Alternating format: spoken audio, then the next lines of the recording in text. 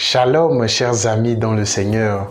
Ce dimanche 27 janvier 2019, l'Église propose comme texte à méditer Néhémie au chapitre 8, versets 2 à 10, le psaume 18-19, la première lettre de Saint Paul apôtre aux Corinthiens au chapitre 12, versets 12 à 30, et Luc au chapitre 1 à 4, le chapitre 4, 14 à 21.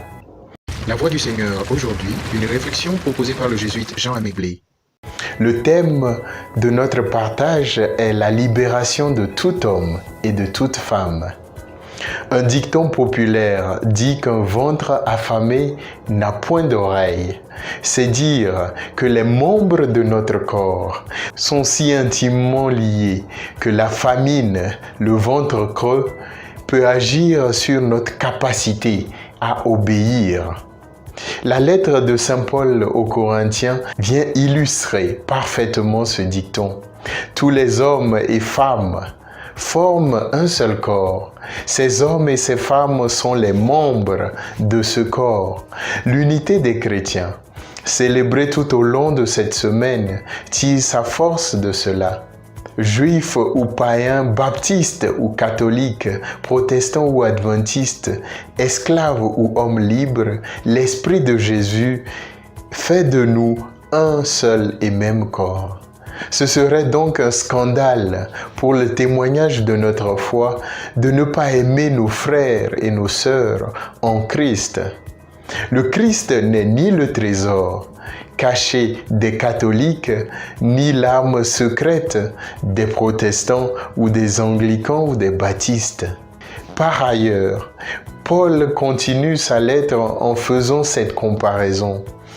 De même que les parties de notre corps sont délicates et la souffrance d'un membre entraîne la souffrance de tout le corps, tous les différents membres doivent avoir le souci des uns et des autres.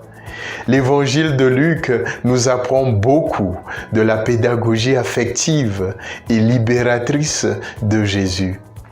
En effet, Jésus, au début de son ministère, déroule un programme d'action à implication sociale, apporter la joie aux pauvres et aux opprimés.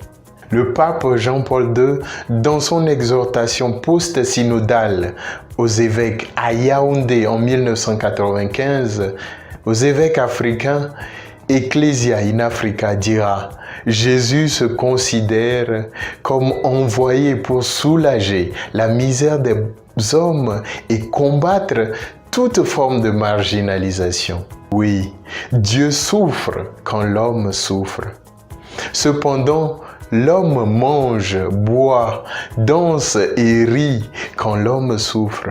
Notre Afrique, je dirais, souffre d'un quatuor social. Les Africains ressemblent à ce corps où l'abdomen est rempli, un grand ventre protubérant, mais les jambes et les pieds sont fragiles, anémiés.